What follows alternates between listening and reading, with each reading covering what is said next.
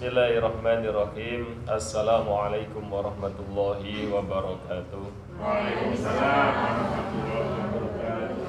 Kita awali dengan membaca salawat berkah terlebih dahulu. Maulaya salli wa sallim daiman abadan ala habibika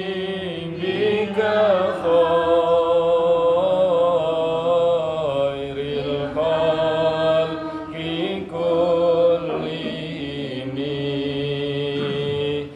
wal habibul ladzi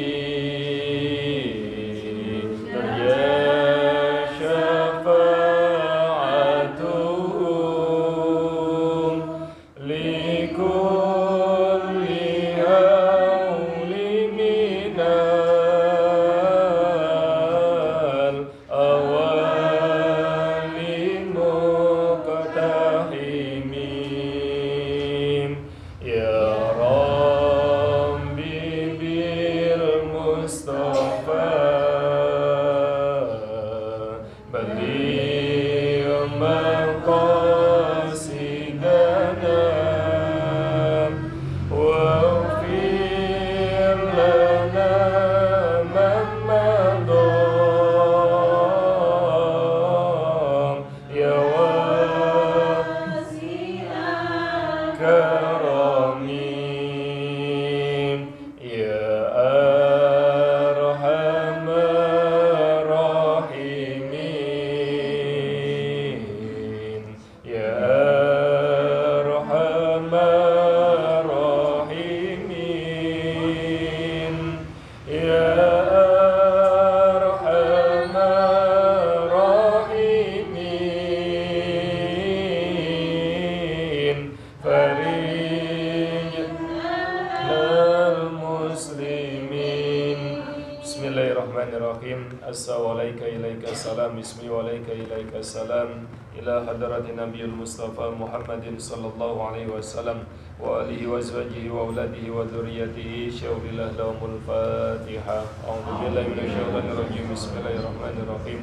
Alhamdulillahi rabbil alamin arrahmanir rahim maliki yaumiddin iyyaka na'budu wa iyyaka nasta'in ihdinas siratal mustaqim siratal ladzina an'amta 'alaihim ghairil maghdubi 'alaihim waladdallin amin.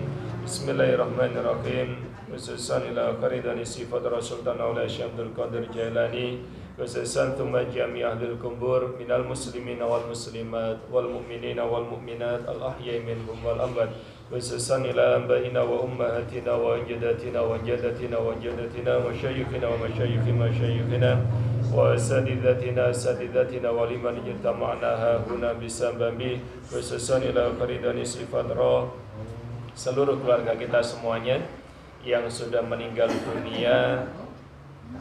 Mudah-mudahan Allah senantiasa ampuni dosa-dosanya, Allah terima amal ibadahnya, dan Allah jadikan setiap alam barzahnya menjadi taman-taman surga untuknya. Dan untuk keluarga kita yang masih hidup, mudah-mudahan Allah panjangkan usianya, Allah sehatkan badannya, Allah muliakan kehidupannya, Allah berkahi setiap langkah tirakat dan riyadhahnya. Dan mudah-mudahan kita semuanya tanpa terkecuali relawan dan sahabat yatim duafa se-Indonesia tanpa terkecuali mudah-mudahan senantiasa sehat dalam lindungan Allah Subhanahu wa taala. Amin. Al-Fatihah. A'udzu billahi minasyaitonir rajim. Bismillahirrahmanirrahim. Alhamdulillahirabbil alamin arrahmanir rahim maliki yaumiddin. Iyyaka na'budu wa iyyaka nasta'in ihdinas siratal mustaqim siratal ladzina an'amta 'alaihim ghairil maghdubi 'alaihim waladdallin. Amin.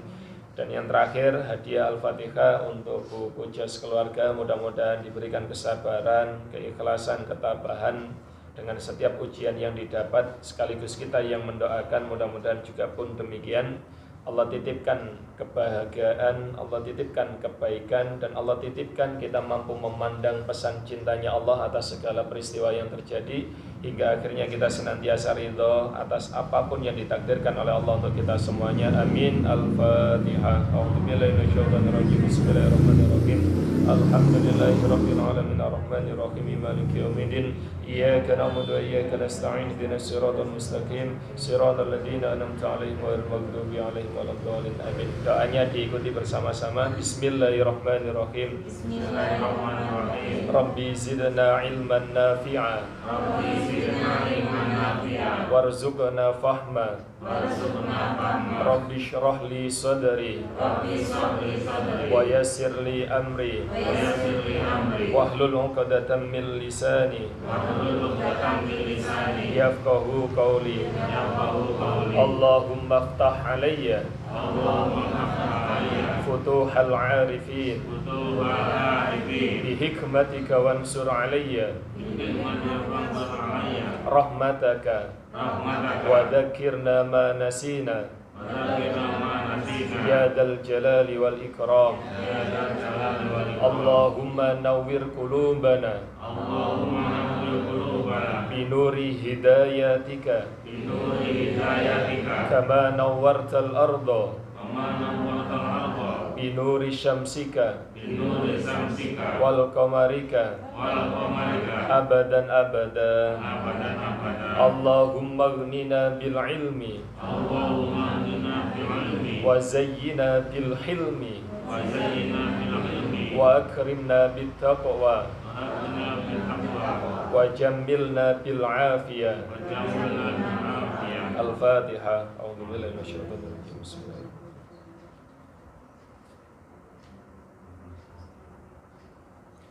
Baik, bismillahirrahmanirrahim. Bapak Ibu semuanya yang dimuliakan oleh Allah, terkhusus sahabat kami, teman seperjuangan kami dari Pasuruan. Ahlan wa sahlan bi hudurikum di musala ini, di majelis taklim ini. Matur sembah nuwun atas kehadirannya. Semoga menambah barokahnya kegiatan kita di tempat ini.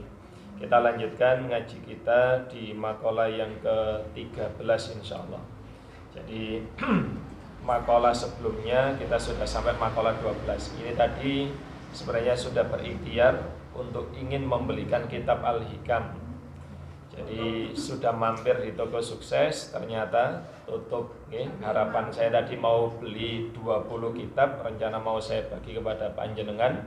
Kemudian saya bagi ke tempat kajian saya mengisi di tempat yang lain, tapi Allah masih belum izinkan.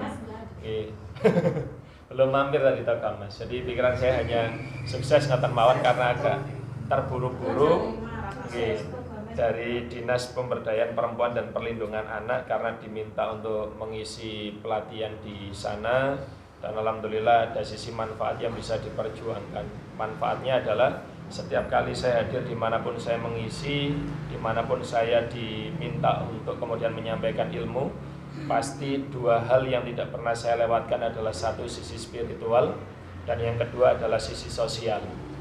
Karena dua hal itu ibarat dua keping mata uang yang tidak bisa dipisahkan. Kalau kesalehan spiritual itu tidak didukung oleh kesalehan sosial, maka tidak ada amar ma'ruf nahi mungkarnya. Kalau hanya kesalehan sosial saja tanpa didasari kesalehan spiritual, maka zalim. Zalimnya adalah karena tidak ada dasar ilmu agama. Sehingga kita bersyukur dikumpulkan oleh Allah di perkumpulan sahabat yatim duafa, dunia komunitas sosial yang insya Allah dua hal itu ada. Panjenengan kalau melihat ada beberapa komunitas nyuwun sewu, sosialnya luar biasa, kadang spiritual tidak tersentuh, kadang tidak tersentuh. Makanya ini dua hal yang penting yang harus kita pertahankan. Mudah-mudahan kita bisa istiqomah di perkumpulan ini. Dan yang paling terpenting memang mampu menjaga niat kita, menjaga hati kita, hingga akhirnya itu semuanya bernilai ibadah di sisi Allah. Okay? Baik, bismillahirrahmanirrahim. Kita lanjutkan makalahnya, yakni makalah ke-13. Kaifa yashruku qalbun suwarul akwan muntabi'utun fi mira'atihi am kaifa yarhalu ilallahi wa huwa mukabbalun bi syahawatihi am kaifa yatamau ayyadkhula hadratallahi wa huwa lam yatatahhar min janabati ghafalatihi am kaifa yarjuna ayyafhama daqaiqal asrari wa huwa lam yatub min hawafati. Yang artinya, bagaimana mungkin hati seseorang itu bisa terang manakala yang terlukis di dalam hatinya itu adalah gambar dunia. Kemudian yang kedua, bagaimana mungkin hati seseorang ila mardotillah, menuju keridhaannya Allah, padahal hati itu masih terikat oleh syahwat atau hawa nafsunya. Dan kemudian yang ketiga, bagaimana mungkin hati itu bisa hadir di kehadiratnya Allah Subhanahu wa taala padahal hati itu belum bersih atau suci dari kelalaiannya yang diumpamakan di sini adalah dengan jinabatnya. Dan kemudian yang keempat, bagaimana hati itu mendapatkan rahasia-rahasianya Allah, mendapatkan kemakrifatannya dari sisi Allah padahal hati itu belum bertobat dari kesalahan-kesalahannya.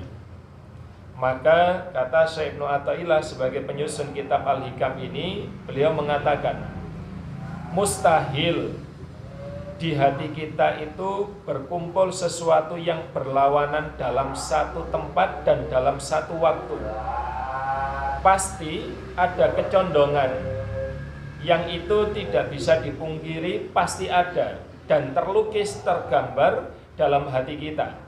Sebagaimana tidak mungkinnya antara diam dan bergerak, antara terang dan gelap. Demikian pula nur cahayanya Allah iman berlawanan dengan gelap yang disebabkan karena masih berharap atau bersandar kepada sesuatu selain Allah. Demikian pula tidak mungkin engkau bisa berjalan menuju kepada Allah hingga engkau kemudian melepaskan jeratan-jeratan hawa nafsumu, hingga engkau kemudian bebas menuju kepada Allah. Di pasal ini, Bapak Ibu semuanya yang dimuliakan oleh Allah, Ibnu Athaillah menerangkan ada 4 hal yang kemudian harus betul-betul kita refleksi, harus betul-betul kita muhasabah, kita jujur terhadap pergerakan hati itu, dan kemudian dengan gambaran-gambaran itu. Saya akan kupas bagian demi bagiannya. Yang pertama, bagaimana mungkin hati itu terang jika kemudian di dalam hati ini masih terdapat lukisan dunia. Contoh, misal kita itu ingin mendapatkan ketenangan hati, tetapi di dalam hati kita masih menentukan, aku iso tenang nek utangku lunas, aku iso tenang nek aku duwe mobil iki mobil iku. Saya bisa tenang manakala bisa membangun rumah ini, membangun rumah itu. Saya bisa tenang manakala anak-anak ini sudah menikah semuanya. Kenapa? Karena di penjelasan di kitab ini, meskipun itu sudah engkau dapatkan, engkau masih belum tenang ternyata. Meskipun rumah sudah terbangun, ono maneh masalahnya. Meskipun kendaraan sudah engkau dapatkan, masih ada lagi masalahnya. Bayar pajak, servis. Nek mogok nang tengah dalan gak cukup 500 juta, burung maneh bae salah ngisi premium mbek. Solar. Ada saja.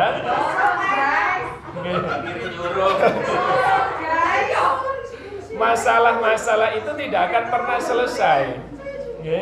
Karena apa? Karena hati masih tergambar lukisan dunia. Makanya kalau arahnya adalah lukisan dunia, maka tidak akan pernah selesai masalah-masalah itu. Tidak akan pernah puas diri seseorang sebelum kemudian dia ini sudah terlepas dari gambaran-gambaran dunia. Jadi perkara yang kemudian menyebabkan hati kita yang kemudian tidak pernah ada tenangnya, ya karena lukisan-lukisan itu, karena keinginan-keinginan itu, karena ghayatuna itu atau tujuan yang dituju oleh hatinya itu. Apakah tidak boleh kita itu kemudian menginginkan segala sesuatunya? Maka secara syarat Ibnu Athaillah meringankan, silahkan menginginkan, tapi pastikan ketawakalanmu kepada Allah, keberpasrahanmu kepada Allah, wis opo jare Gusti Allah, itu harus engkau lebih besarkan volumenya. Engkau belum meminta, ya Allah kalau kepingin kendaraan, lalu kemudian engkau pasrahkan, terserah engkau ya Allah, engkau takdir kapan kendaraannya apa. Tapi kalau kemudian ini ditetapkan, maka Ibnu Athaillah mengatakan, pastikan setelah engkau meminta dan engkau pasrahkan kepada Allah, alasannya kenapa engkau harus mendapatkan itu. Dan tidaklah itu kemudian menjadi ladang amal atau ladang ibadah manakala tidak engkau niatkan untuk kebermanfaatan. Ya Allah kalau kepingin gak ada mobil, kena pun gak ada mobil, mungkin kalau damel melampah-melampah kali lari yatim piatu. Maka yang seperti ini cukup agak melepaskan dari jeratan gambaran dunia. Karena apa? Ibnu Athaillah tahu manusia tidak bisa lepas dari gambaran dunia, kecuali kalau dalam makom-makom yang sudah tertentu, makom-makom yang sudah kemudian terlepas dengan dunia, makom-makom yang sudah selesai dengan dunia, maka dia tidak akan menginginkan itu semuanya. Cara hidup niku nggih apa ana is disyukuri mawon. Makanya kalau kita lihat ulama yang sangat masyhur saat ini, Gus Bah itu dalam suatu ketika pertemuan yang sewu HP-nya itu tidak ada WA-nya. Jadi HP-nya itu HP jadul ngoten niku. Dan kemudian kemana-mana kalau beliau mengisi itu ya naik bis ngoten niku. Jadi tidak pernah kemudian menaiki kendaraan yang mewah dan lain sebagainya. Maka orang-orang yang seperti ini memang sangat jarang bisa kita temui. Tapi minimal ketika kita kemudian hidup dalam kondisi keidealan seperti ini, minimal kita tidak terikat dengan itu semuanya.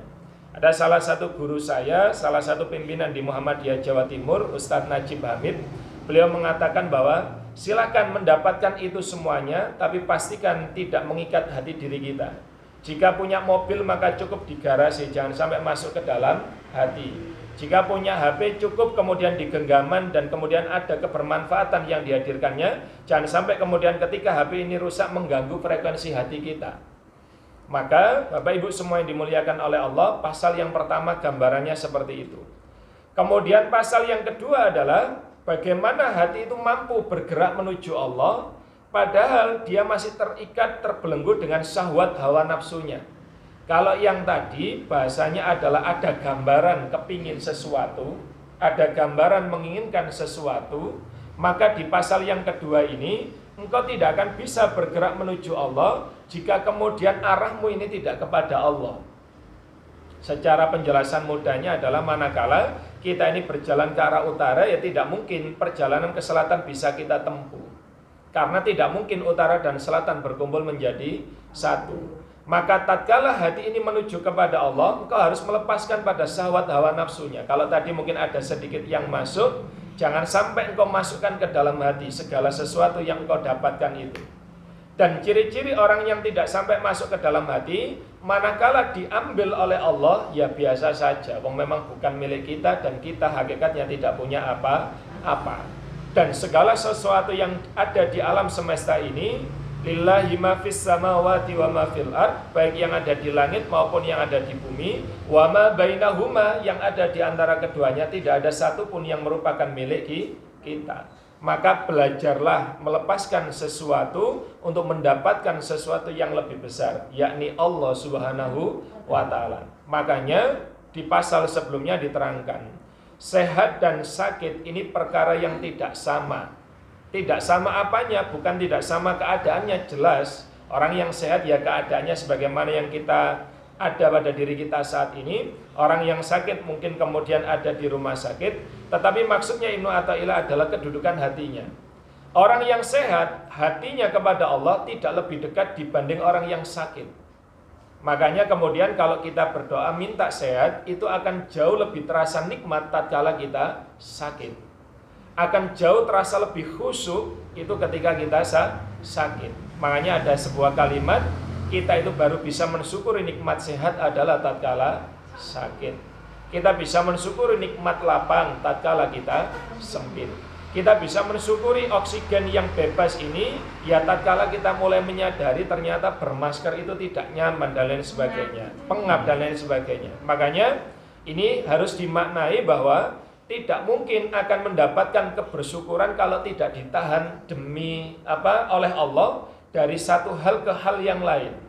Dan ingat, tahannya sesuatu yang diberikan oleh Allah agar engkau mendapatkan rasa syukur yang lebih besar sesudahnya. Contoh, kita menghirup oksigen dengan bebas seperti ini ya jarang kita itu bersyukur setiap saat, setiap waktu. Tapi coba sesekali kita itu naik kapal, lalu kemudian ada musibah kapal itu tenggelam dan kita kemudian jatuh ke laut, lalu kemudian kita tidak bisa berenang dengan cukup baik, maka tidak ada yang lebih dibutuhkan kecuali nafas. Begitu tertolong dari lautan lepas itu, maka kemudian kita rasa syukurnya begitu luar biasa. Ada satu jamaah saya di ngaji di hari Sabtu malam, jadi setelah dari tempat ini saya pada Isya itu ngajar lagi-lagi di daerah Talsewu sana itu. Ada seorang teman angkatan laut yang insya Allah beritanya cukup masyhur, kapalnya tenggelam di perairan antara Sulawesi dan Pulau Jawa. Jadi tidak lama. dari waktu sekarang beberapa mungkin 2 bulan atau 3 bulan yang lalu. Dan beliau memberikan kesaksian begitu datang ngaji lagi itu bercerita tentang bagaimana keadaannya saat itu. Jadi periuk berapa gitu ya, kapalnya namanya apa, punyanya Angkatan Laut itu.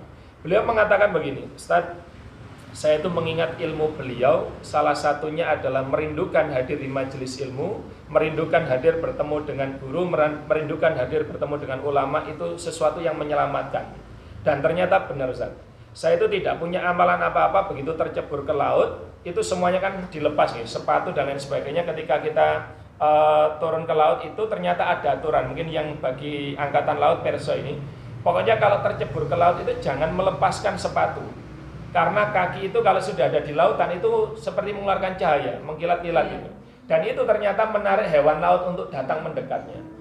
Dan itu begitu tercebur, itu kemudian sudah terlihat atasnya hiu itu sudah dekat.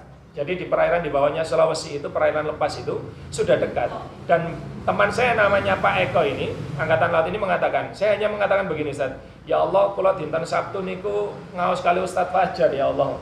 Mudah-mudahan kau panjangkan usia saya, ya Allah. Hati yang bergerak kepada Allah seperti ini, maka tidak akan tercampuri oleh apapun ketika kondisi musibah terjadi. Karena ketika kondisi seperti itu kan tidak mungkin mengingat yang lain-lain. Kalau toh pun mengingat istri, mengingat anak, mengingat pasangan, iya ingat, tapi tidak menjadi pergerakan hati. Yang menjadi pergerakan hati adalah Allahnya. Dan ciri-cirinya hati itu jujur, tujuannya kepada Allah, keberpasrahan. Karena apa? Sadar kita ini makhluk yang dhaif, yang lemah, yang hina, dan tidak bisa berbuat apa-apa kecuali atas izin Allah. Lah level kemarifatan itu terjadi justru pada saat ada musibah. Makanya bersyukurlah. Kata Nabi, man yuridillahu bi khairan fahuwa yusib.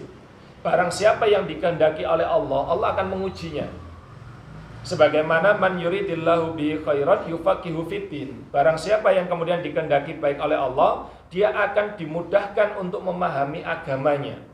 Sebagaimana agama yang kita yakini tentu agama Islam. Jadi pasal yang penjelasan yang kedua, tidak mungkin hati ini menuju kepada Allah padahal masih terikat oleh syahwat hawa nafsu. Sehingga Allah akan menghadirkan skenario biar kita berkesempatan tidak terikat hawa nafsu, tapi yang dituju oleh Allah bentuknya adalah musibah. Maka bersyukurlah. Bahkan dalam keterangan yang lain, dosa-dosa kita Bapak Ibu itu ada yang tidak bisa terampuni kecuali melalui sakit atau musibah. Maka sekali lagi bersyukurlah ketika kita entah saat ini, entah di masa yang lalu pernah diuji. Dan wallahi demi Allah, kita akan bersyukurnya luar biasa manakala kita sudah melewati ujian itu. Orang yang beriman akan mengatakan, alhamdulillah ternyata hikmahnya ana musibah ngono biyen itu ternyata yes iki saiki iso ta rasakno enak. Oh ternyata dengan musibah di masa lalu itu ternyata hikmahnya seperti ini dan saya bisa merasakan kebahagiaannya. Makanya orang yang beriman akan sangat mudah melihat pesan cintanya Allah. Orang yang beriman akan sangat mudah untuk kemudian melihat kasih sayangnya Allah.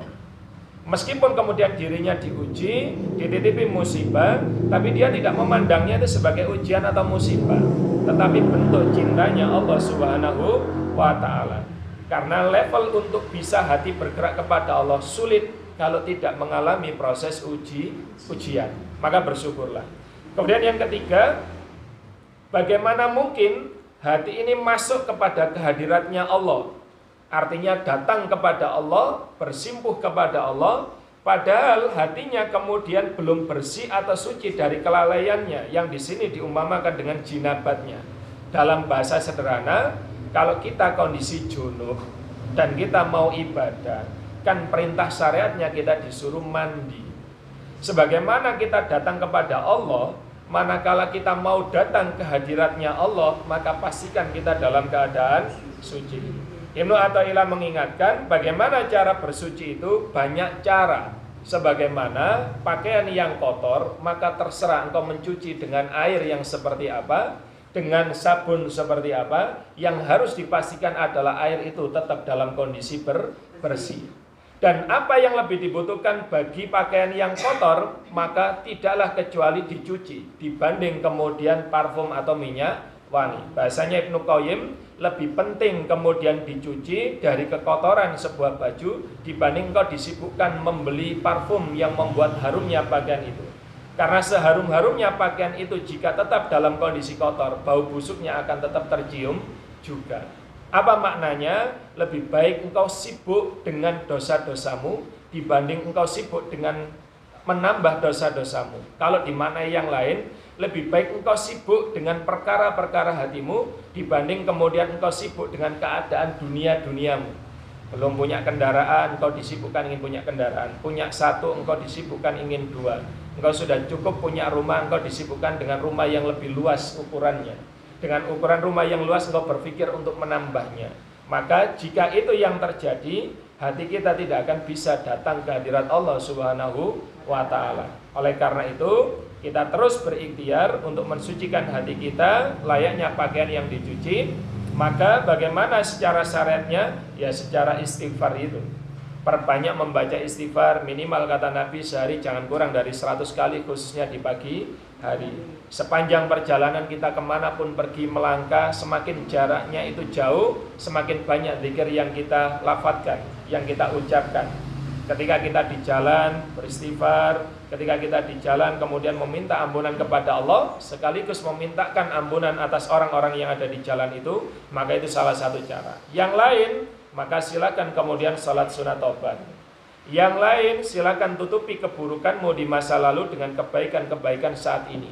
Sehingga jangan pernah katakan dengan kebaikanmu yang kau lakukan itu kemudian kau merasa cukup di hadapan Allah, tapi katakan pada hatimu dengan kebaikan yang kamu lakukan itu artinya masih banyak dosa yang harus dihapuskan. Karena ketika menyadari hati keadaannya seperti itu, insya Allah kita nggak akan pernah puas untuk berbuat baik. Apalagi kalau levelnya ditingkatkan, sejatinya yang berbuat baik bukan kita tapi Allah Subhanahu wa ta'ala. Karena apa? Sejatinya manusia gak bisa lapo-lapo, yang bisa lapo-lapo hanya Allah. Yang terakhir insya Allah, bagaimana mungkin hati itu kemudian mengetahui rahasianya, sirnya Allah, kemakrifatannya Allah, padahal hati itu belum bertobat dari kesalahan-kesalahannya. Ini materi di minggu yang lalu, kondisi ketika agak tarik ulur, agak simpang siur, ngaji apa enggak nih. Maka ini saya terangkan kemarin, hati itu adalah sesuatu yang pergerakannya sangat cepat. Dalam sepersekian detik itu sudah berubah. Niatan dari rumah sudah bagus, begitu datang ke tempat tujuan, lalu kemudian ada yang muji, kudungnya kok api bu, sudah berubah lagi. Iya, berikut. Atau kemudian mengatakan bajunya kok ketane gak cocok ngono, wis dalam hati wis mbededeg gak karu-karuan, ya. Wong kono yo gak apik ae, sehingga lupa dengan niatan awalnya berangkat dari rumah. Makanya kadang nyon sewu, nggih, kalau ada ibu-ibu yang tidak diizinkan bapaknya ikut acara-acara sosialita dengan ibu-ibu itu, ya karena bapak-bapak demi mengamankan niatnya. Karena rata-rata kalau sudah datang ke tempat-tempat seperti itu, pilihannya adalah menjadi ajang untuk kemudian nyon sewu pamer baju, pamer gelang, ya, pamer cincin dan lain sebagainya. Ya, ini di tempat yang lain insya Allah. Nggih, alhamdulillah nggih. Jadi ini adalah faktor pencegahan dari seorang suami yang mungkin juga mengetahui bagaimana karakter istrinya insya Allah di tempat yang lain, nggih. Tidak di sini, Afrika kau paling dia. Jadi tidak akan bisa hati itu mengetahui sesuatu yang rahasia, padahal hati itu belum bertobat dari kekeliruannya. Maka kemarin saya menitipkan ada ilmu yang sederhana tapi penting, yakni ilmu kebalikan. Ilmu kebalikan bagaimana? Jika engkau mampu berbuat baik, maka bersedihlah. Dan jika engkau mampu berbuat buruk, maka berbahagialah. Apa maknanya? Maknanya adalah jika engkau berbuat baik, maka bersedihlah. Maknai bahwa ternyata dosa-dosa kita itu masih banyak. Maknai itu. Karena kalau itu tidak dimunculkan bahaya, hati itu nanti akan ujub, merasa bangga, merasa cukup, merasa puas dengan amalan yang sudah dilakukan. Padahal sampai kepada Allah, Allah tidak butuh amal kita. Sejatinya amal itu ya untuk diri kita sendiri. Dan selama amal itu masih diizinkan bisa kita lakukan, berarti itu artinya selama itu pula diri kita ini masih banyak dosa dan kekeliruan. Sehingga biar tidak terlalu lepas kontrol. Sedangkan bagaimana jika kita berbuat buruk maka berbahagialah? Ya berbahagialah memang karena diri kita ya buruknya sama sebagaimana keburukan yang kita lakukan itu. Dan ini pun juga titipan saya sedikit dari kitab tulisannya Syekh Imam Nawawi Al-Bantani. Jika engkau bertemu dengan orang-orang yang buruk kepadamu, perilakunya, sikapnya mendolimi dirimu, maka Syekh Imam Nawawi mengatakan pasti di dalam dirimu terdapat frekuensi keburukan yang sama dengan orang itu. Meskipun bentuknya berbeda, tetapi bibitnya sama. Tumbuhnya berbeda, tapi bibitnya sama. Sebagaimana misalkan kita tidak menyukai orang yang berkata kasar kepada kita. Kita pernah loh, dalam fase kehidupan kita itu pernah ngomong kasar. Entah saat ini, entah di waktu kita masih kecil, dan lain sebagainya. Makanya ada bahasa ini ibu-ibu sangat paham, orang Jawa paham. Oh, nek atik budo aku terus delok anak-anakmu menika lah yang budo awakmu. Kadang kan ucapan itu muncul pada sisi orang Jawa. Jadi apa yang kita lakukan, ya kita akan menuai hasilnya. Apa yang pernah kita kerjakan, kita pun akan pernah mendapatkan ujiannya. Jadi sekali lagi, apapun ujian yang saat ini terjadi, baik itu kemudian dari seseorang, dari keadaan, maka lihatlah kembali bahwa diri kita itu pernah melakukan dosa yang sebagaimana itu kemudian dilakukan oleh orang lain kepada diri kita. Sehingga ketika itu sudah dipahami dengan baik, tingkatkan lagi level hati kita, yakni pandang pada sisi bahwa dia adalah ciptaannya Allah. Dia bisa berbuat sezzalim itu kepada diri kita. Kalau Allah tidak mengizinkan, tidak mungkin terjadi. Tidak mungkin terjadi. Dan di level berikutnya maknai, siapa tahu memang Allah mengirimkan malaikat yang berwujud menungso itu, berwujud manusia itu, untuk kemudian meletakkan makam kita lebih tinggi daripada sebelumnya. Maka insya Allah, kalau pikiran selalu positif, hati selalu positif, perasaan selalu positif, harapannya perilaku kita pun juga positif. Sehingga meskipun orang buruk kepada kita, kita tetap baik kepadanya. Dan ini tidak mudah. Kalau orang baik kepada kita dan kita baik itu biasa. Tapi kalau ada orang buruk kepada kita dan kita tetap memperbaiki, ya analoginya kita ngasih gedang susu kono balekno gedang keloto, maka yang seperti ini berbahagialah. Tinggal bagaimana kita mengelola perasaan dan pikiran kita. Oh, kayak gedang keloto, berarti aku dikawan gawe rujak. Tak kayak rujak tak teri, tak kayak lombok sing powet. Nah, ini nggak boleh. Okay? Jadi misalkan ini nasihat dari Agim dulu waktu saya mondok di Darut Tauhid itu, jika engkau menanak nasi, lalu kemudian ternyata terlalu terlalu lembek, maka engkau jangan memaki keadaan itu. Tambahkan saja kacang, tambahkan saja sayuran, tambahkan saja ayam, jadinya bubur ayam. Maka masalah pun juga demikian. Bagaimana kita meramu dengan sudut pandang yang positif tadi, itu menjadi sesuatu yang enak dan bisa dinikmati. Ada tetangga cerewete pol misalkan, nyon sewu. Apa yang kita beli ono aja ditakoni, niku cash napa kredit? Ya. Niku tumbase ten pundi? Wah nek kula tumbase ten TP, ten pasar larangan niku. Ya Allah, menyenangkan. Maka bersyukurlah dengan keadaan itu, ya. Itu dia perhatian leres.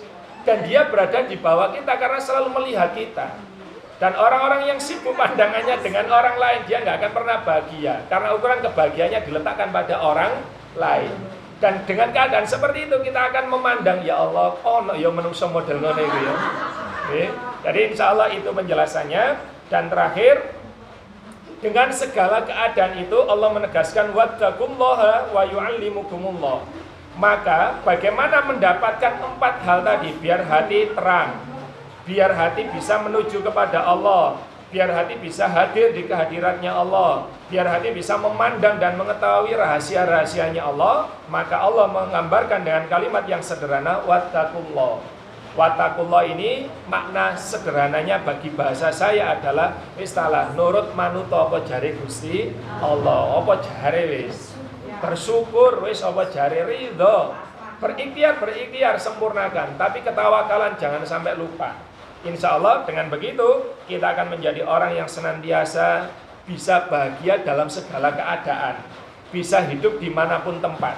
Meskipun di tempat yang keruh pun yang namanya emas akan tetap menjadi emas. Saya kira insya Allah itu mudah-mudahan manfaat dan berkah untuk kita semuanya. Dan Allah senantiasa izinkan dan pantaskan kita untuk mengamalkan setiap ilmu yang kita dapatkan. Amin. Kurang lebihnya mohon maaf, nanti setelah ini tanya jawab, setelah live-nya ditutup. Kurang lebihnya saya tutup majelis ilmu ini. Mudah-mudahan Allah senantiasa ridha dengan apa yang kita dapatkan. Kurang lebihnya mohon maaf. Assalamualaikum warahmatullahi wabarakatuh.